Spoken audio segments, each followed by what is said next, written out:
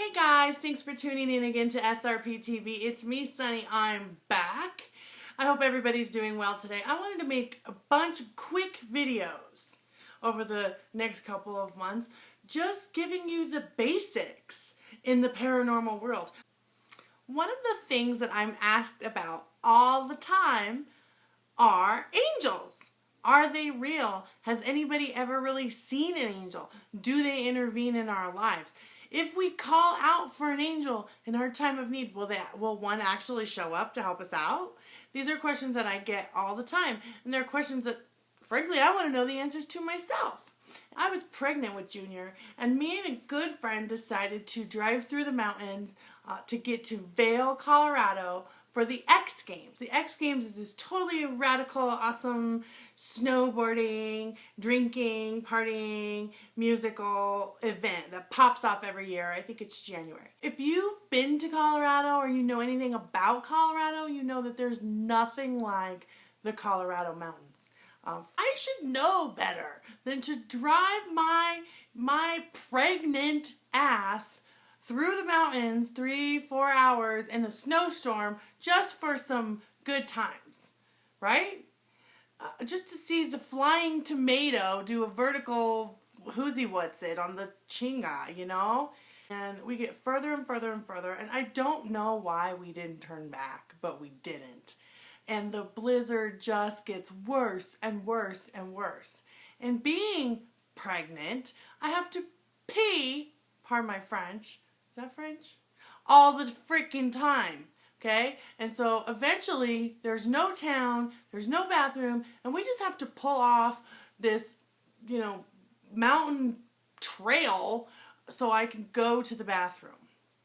So I get back in the car, and my friend attempts to put the car in gear. And granted, this is a fully, tries to put the car in drive, and it's not going anywhere. And the more that my friend presses the gas, the deeper and deeper and deeper this car is stuck. Not only are we stuck, we are stuck on the top of a huge mountain, and the car is facing down at this kind of pitch. I don't know how we got up there. I don't know how, being a Colorado native, I got myself into such a predicament in the first place. Trust me, that doesn't ever happen again. But we were screwed in the old-fashioned sense of the word.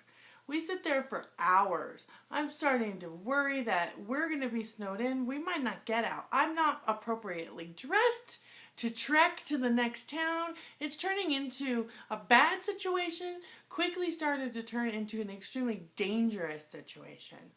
And mind you, we're pulled off of the main highway onto this side road, and we're not visible to the highway, for one thing, and we're probably a good mile off the actual road. Out of absolutely nowhere, a couple of typical Colorado ski bum hippie types come walking up the hill toward our car. And what was really interesting, and was something I didn't notice till later, was that they were just chit-chatting.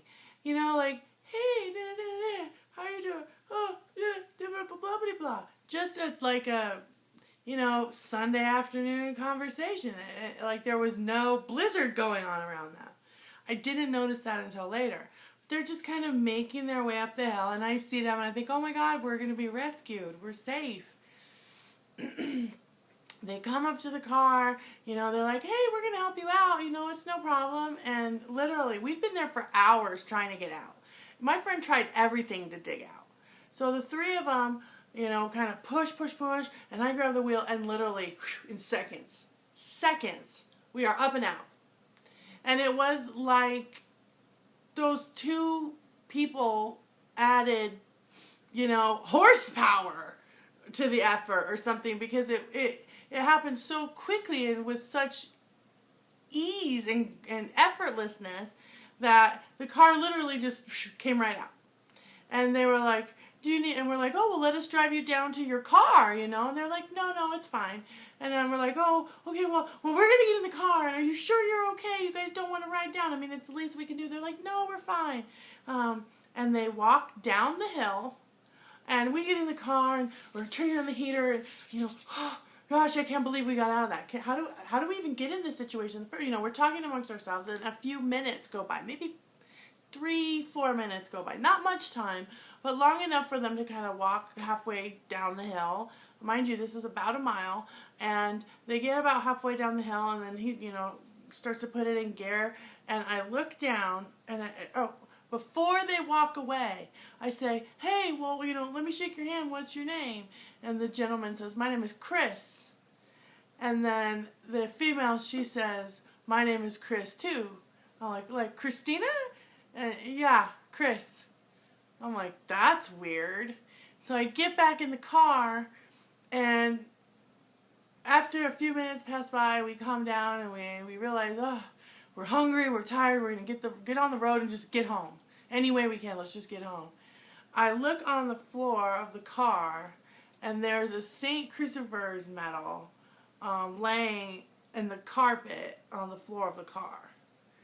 And anybody, I'm not Catholic, I say this all the time, but I put my faith in things that work, let me just say that.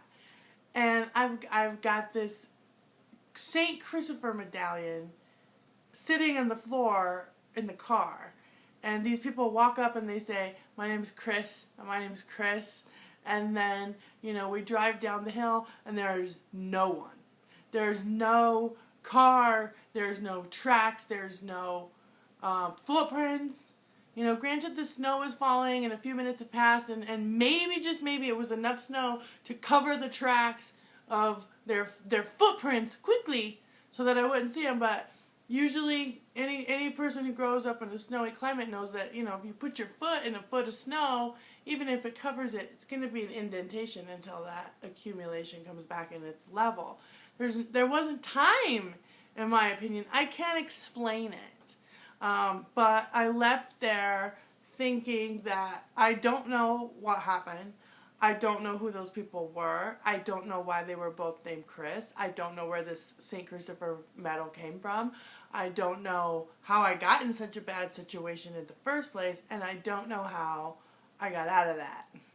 So that's my 2 cents on angels. If you guys have any angel stories or interesting, angel sightings, I want to hear about them. Share those experiences with us.